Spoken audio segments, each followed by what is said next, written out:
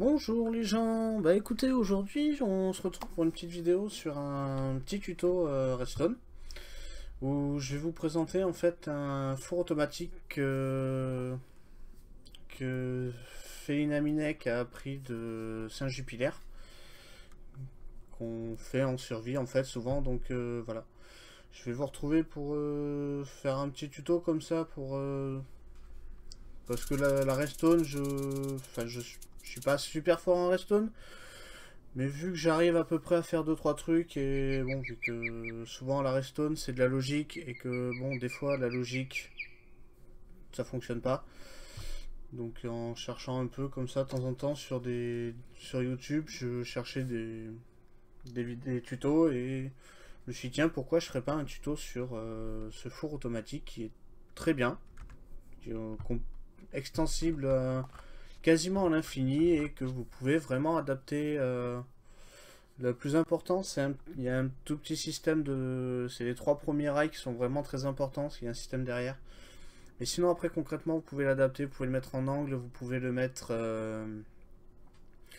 vous pouvez le faire de 30 de long, vous pouvez mettre en four, vous pouvez le mettre de 2. Enfin, c'est vraiment... Vous pouvez faire ce que vous voulez sur la longueur des blocs. Donc après, il est un tout petit peu cher, parce que vous voyez, il faut des hoopers. Donc les hoopers, c'est un peu cher à faire, on va dire. Parce qu'il faut quand même 5 fers pour en faire un. Et il faut 3 hoopers par four.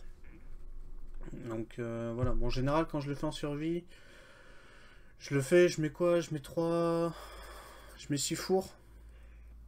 Et je mets vraiment 6 fours parce que ça, comme ça cuit un peu plus vite qu'un seul four. Ou ça évite d'avoir un mur de four avec. Donc vraiment voilà, donc là en fait il vous faudra donc des fours, autant que vous voulez hein, bien sûr, hein, des entonnoirs, donc 3 par four comme je disais. Il vous faudra des coffres, il vous faudra des blocs de construction. Alors moi là, je prends du béton vert, tout simplement pour la bonne raison que je veux bien vous montrer le système, parce que je vais essayer d'être le plus clair possible, de faire ça pas le plus lentement possible, mais vraiment que ça soit le plus facile possible à faire. Vraiment, je veux simplifier le truc au maximum. Donc, les blocs de construction, il vous faudra des boutons, il vous faudra des blocs de redstone, il vous faudra de la poudre de redstone évidemment, des comparateurs et des répéteurs. Donc, les comparateurs, c'est avec les torches de redstone et le quartz, et les répéteurs, c'est juste avec les torches de redstone, et je crois qu'il y a une poudre avec. Des rails normaux, des rails de détection. Donc les rails détecteurs sont les rails que vous faites avec le... Il me semble, si je dis pas de bêtises, après à vérifier sur wiki, mais parce que c'est pas des rails que je fais souvent. C'est comme un rail normal, sauf que au milieu vous mettez pas un stick, vous mettez une plaque de pression. Et des rails de propulsion, donc là c'est les rails qu'il y a avec l'or, hein. Et des wagonnets de stockage. Donc bah écoutez, on va commencer là-dessus, hein. On va commencer à faire le four, on va se mettre... Déjà on va prendre dans l'inventaire. Parce que oui, j'avais préparé un peu... Parce que chut, faut pas le dire. J'avais préparé un peu le... Quand même, j'ai préparé un minimum. Donc, ça, et ça, on verra tout à l'heure. Donc déjà, moi je commence souvent par placer le coffre. Donc sachant que moi souvent je le mets dans le sol comme ça. Parce que je décore, quand je suis en survie, j'aime bien décorer, je décore un peu tout. Je fais beaucoup de survie et quand je fais un four, je décore. Quand je fais un portail du Nether, je le décore en général. Ça met le temps, mais je décore.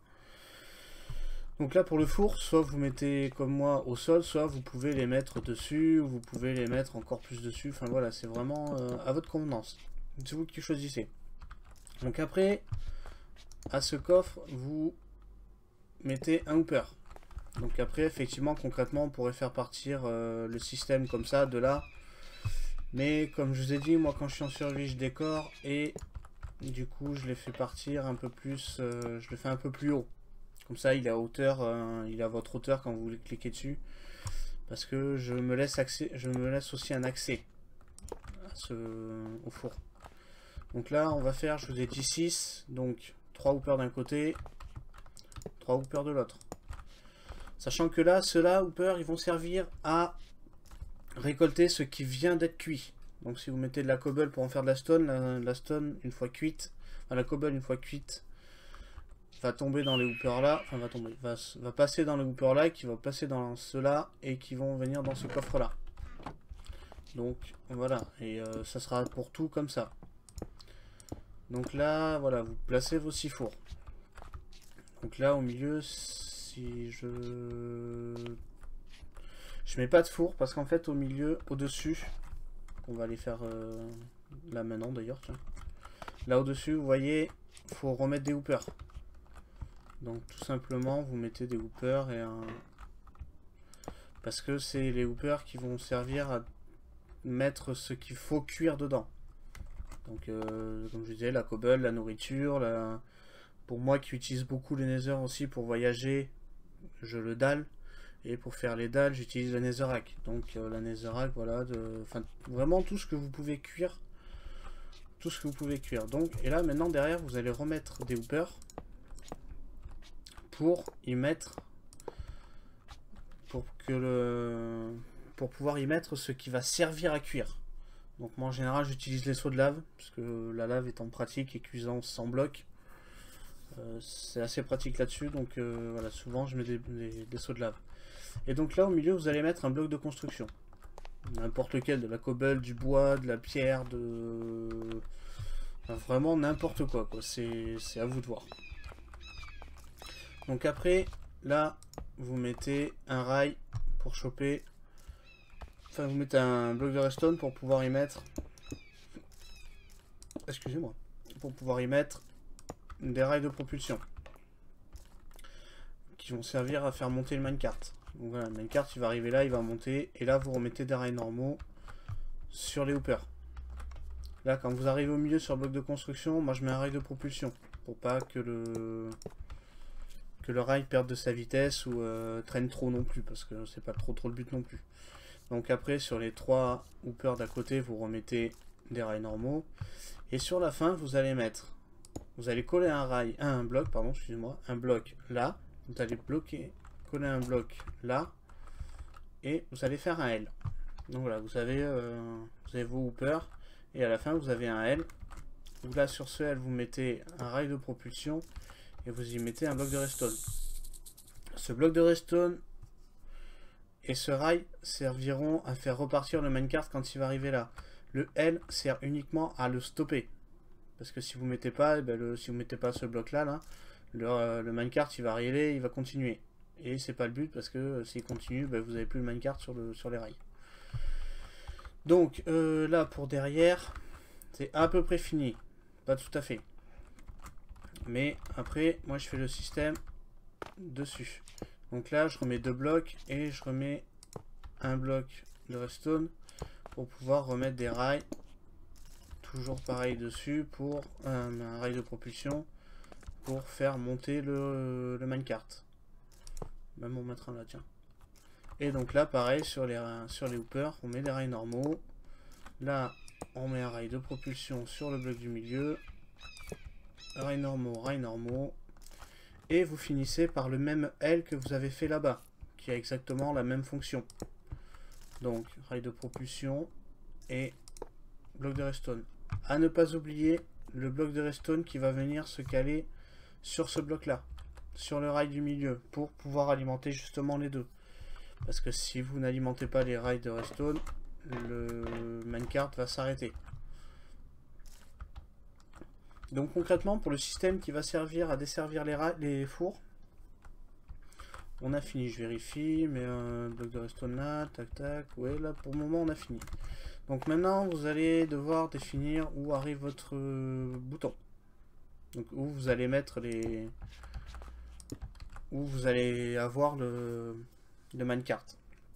Donc moi en général je les mets pas trop loin de l'entrée du four. Comme ça je vous dis, parce que c'est à l'entrée du four, vous mettez, tac, vous appuyez sur le bouton, le minecart il part, ça cuire et vous récupérez là. Donc après tout ceci, il faudra le relier. Donc qui dit le relier dit, et je vous ai dit en fait, moi j'utilise ces blocs là pour bien vous montrer la différence. Donc là vous mettez vous mettez un bloc de redstone pour y mettre des rails de propulsion. Pour effectivement, je vous dis, pour pas que le rail, le minecart traîne en route, quoi. C'est pas le but non plus. Le but, c'est quand même d'aller assez vite. Donc, et là, ce que je vous disais tout à l'heure, c'est que ce qui va être important dans ce four, c'est vraiment ça. Vous voyez les trois rails, les trois rails. Là, il va y avoir trois rails différents. Et c'est vraiment ce qui est important. Si vous n'avez pas le... Si le système n'est pas bon à ce niveau-là, le four ne fonctionnera pas ou pas correctement. C'est-à-dire que moi, ça m'est arrivé d'avoir le cas où honnêtement, on envoie le minecart et le minecart, il revient, il s'arrête. Alors que normalement, le minecart est censé partir, revenir et s'il n'est pas vide, repartir. Donc effectivement, bah, dans ces cas-là, on se retrouve un peu bête. Donc après, là, je vous dis, je le fais assez large pour que ça soit bien clair, que on puisse bien le voir. Bon, tiens, d'ailleurs, là, je vais mettre un rail de propulsion. Donc pareil, les rails de propulsion, c'est dans l'idée d'aller plus vite. Mais après, là, moi, je le fais en créatif, donc c'est facile. Si vous le faites comme moi en survie à 3/4 du temps, vous pouvez en mettre que 2. Il sera un peu plus lent, mais ça il fonctionnera. C'est comme là, vous pouvez en mettre que 2, ça sera un tout petit peu plus lent, mais ça fonctionnera quand même. Donc là, concrètement, il ne nous reste plus que le système à faire là derrière, et qui va alimenter, qui va servir pour les minecarts. Donc, pour ce système, en fait, il faut... il n'est pas très compliqué, en fait, hein, il n'est pas... Il est pas super compliqué, mais il est un peu... Disons que si vous le faites pas dans le bon sens, ça fonctionnera pas. Donc là, en fait, contre le bloc où il va y avoir le bouton, vous mettez un bloc de propulsion. Un rail de propulsion, excusez-moi. Parce que le rail de propulsion va servir à envoyer le minecart. Après, derrière, vous mettez un rail normal. Et là, vous mettez le rail de détection. Donc le rail de détection va servir quand vous allez... lancer une minecart, par exemple, vous mettez dans le minecart, vous mettez 3 stacks à cuire. Vous allez appuyer sur le bouton, il va partir, il va en mettre 2 items dans chaque four. Il va revenir, donc si vous avez mis 3 stacks, il n'y en aura que une certaine partie qui seront parties déjà. Mais le reste restera à cuire. Et le rail de détection qui est là, il va servir à ça. Il va servir à envoyer un signal pour dire il en reste dedans, attention, il faut le renvoyer. Donc effectivement, il va renvoyer le minecart et pour que le message puisse se transmettre, il faut mettre un comparateur dans ce sens-là. Là, vous mettez un bloc. Là, vous mettez un répéteur que vous mettez sur 2 ticks. Et là, vous mettez un bloc et là, vous remettez de la redstone. Et là, concrètement, pour ce côté-là, le système est fini pour ce côté-là. Donc vous voyez, il y a un comparateur qui est appuyé sur le rail de détection. Il y a le minecart. Il y a le minecart, il est là. Il y a le répéteur et la poudre de redstone. Donc quand le minecart qui va pas être plein, qui va pas être vide, va revenir, il va passer sur la plaque de détection qui va détecter qu'il y a encore quelque chose dans le minecart. Et ça va envoyer un signal de redstone au bloc là, qui va transmettre au répéteur à côté. Le répéteur, vu qu'il y a deux ticks, va mettre un petit moment avant de le renvoyer là. Et qui va allumer la poudre de redstone là, qui va réenclencher le rail de propulsion en dessous, et ça va faire repartir le minecart. Tout simplement. Après, c'est peut-être un peu compliqué, barbare à expliquer, mais concrètement, c'est tout simple, quand on a compris le principe. Donc là, pareil, toujours le rail de détection, le rail normal et bien sûr le rail de propulsion. Et vous recommencez le système, donc le comparateur dans ce sens-là, le bloc, le répéteur dans ce sens-là et sur 2 ticks pour qu'il puisse donner le temps au minecart de repartir. Et la poudre de redstone. Et là, concrètement, voilà, vous avez fini votre four. Vous voyez, il n'est pas très compliqué. Enfin, moi, je trouve pas qu'il soit si compliqué que ça à faire. Juste un peu coûteux pour certaines ressources. Mais voilà. Donc là, après, on peut le tester. Hein. D'ailleurs, on va le tester. Donc là, on va mettre un stack de charbon et on va mettre un stack de... Allez, on va mettre du porc cru. Donc vous arrivez, vous mettez votre stack de porc cru qui est là. Vous appuyez sur le bouton et là, vous voyez, le minecart part. Il dessert dans les fours, il revient et là, le rail de détection détecte qu'il y a encore des trucs dans le minecart. Donc, il fait repartir le minecart en envoyant le signal. Et donc, vous allez faire pareil pour le... C'est exactement le même principe pour le charbon. Donc là, à chaque fois, vous voyez, tac, il s'en va, là, ça va commencer à cuire. Et je vous dis, quand vous voulez l'adapter, peu importe la position du four, là, vous allez voir tout à l'heure, j'en ai fait, je vais vous montrer tout à l'heure, j'en ai fait d'autres. Vous pouvez vraiment l'adapter comme vous voulez. Le seul truc qui est important, c'est ce système-là. C'est ces trois rails-là avec le système derrière. C'est vraiment le truc qui fait fonctionner le four, en fait. C'est vraiment... Bon, outre les blocs de redstone qui alimentent les rails de propulsion. Mais vraiment, ce qui va permettre à votre four de fonctionner, c'est ça. C'est ce système-là. Là. Donc là, on va attendre un tout petit peu. Vous allez voir, je vais vous montrer à quel... Ah, vous voyez, 18... 24, parce que ça l'équipe par 6, donc là vous voyez ça, on va devoir attendre encore un tout petit peu et donc, voilà, donc vous voyez c'est vraiment, moi je trouve ça vraiment rapide, je trouve ça vraiment pratique d'avoir un four comme ça. Et donc voilà, après là je vais vous montrer des fours que j'ai fait, d'autres fours, vous voyez j'ai fait 4 fours pour vous montrer qu'on peut l'adapter à peu près comme on veut. Donc là c'était un four pour vous montrer que vraiment, on pouvait le faire aussi long qu'on voulait. Là, celui-là, il fait 18 fours. Hein, donc, bien sûr, en survie, vous aurez besoin difficilement de 28 fours. De 18 fours. Donc, mais c'est pour vous montrer que vous pouvez... Vous voyez, le rail. Vous voyez à quoi servent les rails de propulsion. C'est que vraiment, pour pas que le minecart s'arrête en plein milieu ou traîne trop sur le rail. Enfin, voilà. C'est vraiment pour le faire avancer plus vite. Après, on peut le faire en angle. Alors, en angle, il y a des petites difficultés dans le sens où vous allez déjà vous allez avoir le rail derrière. Si vous faites, suivant comment vous le faites, en fait, voilà, si vous faites comme ça, quand vous allez vouloir relier là, vous voyez, ça va se relier sur la ligne du dessus. Donc, en fait, dans ces cas-là, moi, ce que je fais, c'est que vraiment, je fais une ligne après l'autre. C'est-à-dire que voilà, je finis cette ligne et après j'entame l'autre en dessous. Et normalement, je devrais pas être embêté. Voilà, il me fait mentir. Mais non, pas celui-là. Voilà, il me fait mentir. Donc, vraiment, c'est l'un des seuls... Vraiment l'un des seuls trucs auxquels vous pouvez être embêté sur... quand vous le faites en angle comme ça, c'est le seul truc vraiment que... Donc en fait, voilà, donc faut d'abord faire la ligne du bas, voilà, ça y est. Vous faites d'abord la ligne du bas, enfin, parce que moi j'appelle la ligne du bas, et après vous faites l'autre au-dessus. Mais vraiment, après, voilà, je vous dis, moi je le mets à hauteur d'homme, enfin à hauteur de Steve.